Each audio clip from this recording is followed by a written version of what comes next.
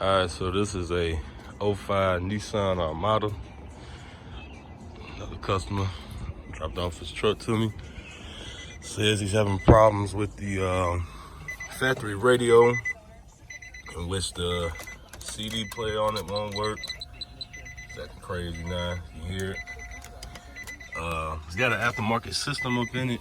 I don't know if y'all can see this in the back, but it's all crap. It's ain't gonna last bullshit. They ran 8 gauge power from the front of the truck all the way back here. All the amps, both the amps are not mounted. You can move them around. And like they use some double-sided tape. Y'all can see that to put that on top of there. And this one sub back here in the back. So I'm gonna gut everything out and redo it. Y'all see.